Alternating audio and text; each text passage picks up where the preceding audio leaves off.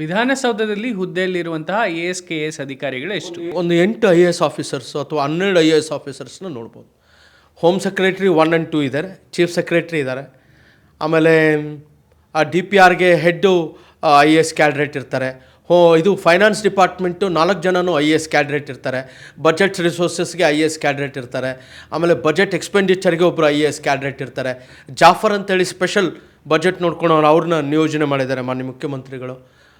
Sir ಸುಮಾರು 12 ಜನ ಮೇಲಿರ್ತಾರೆ sir. 12 ಜನ ಅಪ್ರಾಕ್ಸಿಮೇಟ್ಲಿ ಒಂದು 10 ಜನ IAS ಆಫೀಸರ್ಸ್ ಅಂತಲೂ ವಿಧಾನಸೌಧದಲ್ಲಿ ಕೆಲಸ ಮಾಡ್ತಾರೆ ಸರ್. ಹಾಗಾದರೆ ಒಂದು ಸೆಷನ್ ನಡಿಬೇಕಾದ್ರೆ ಎಷ್ಟು ಜನ ಟೆಕ್ನಿಕಲಲ್ಲಿ ಕೆಲಸ ಮಾಡ್ತಾರೆ? ಆಲ್ಮೋಸ್ಟ್ ಅದು ಕೋಆರ್ಡಿನೇಷನ್ PW ಡಿಪಾರ್ಟ್ಮೆಂಟ್ ಅವ್ರು ಕೆಲಸ ಮಾಡ್ತಾರೆ, ಈ ಕಡೆ DPRನವ್ರು ಕೆಲಸ ಮಾಡ್ತಾರೆ, ಆಮೇಲೆ ಈ ಕಡೆ ಅಸೆಂಬ್ಲಿ ಸ್ಟಾಫ್ನವ್ರು ಕೆಲಸ ಮಾಡ್ತಾರೆ. ಅಂದರೆ ಸರಾಸಟ್ಟೆಗೆ ನಾನು ತಿಳ್ಕೊಂಡಿರೋದು ಒಂದು ದಿನದ ಅಧಿವೇಶನಕ್ಕೆ 7 ಲಕ್ಷ ಆಗುತ್ತೆ ಅಂತ ಅಂದಾಜಾಗಿ ಹೇಳ್ತಾರೆ.